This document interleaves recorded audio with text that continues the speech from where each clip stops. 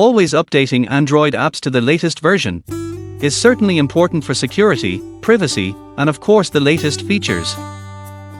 And updating all Android apps at once in one click will certainly shorten our time. You simply open the Google Play Store app. Tap your profile menu. Then select the Manage Apps and Device option. Next, go to the Update Available section. And then here will appear all the apps on your Android that need updating. You just tap Update All.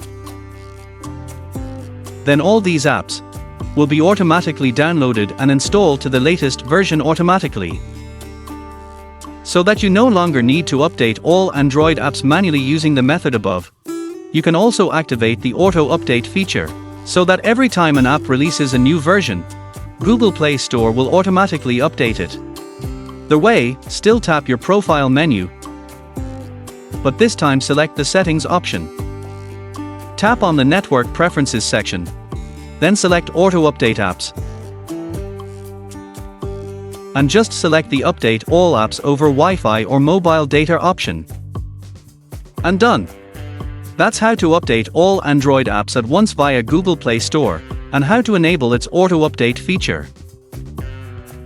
Hopefully this video is useful. And thanks for watching.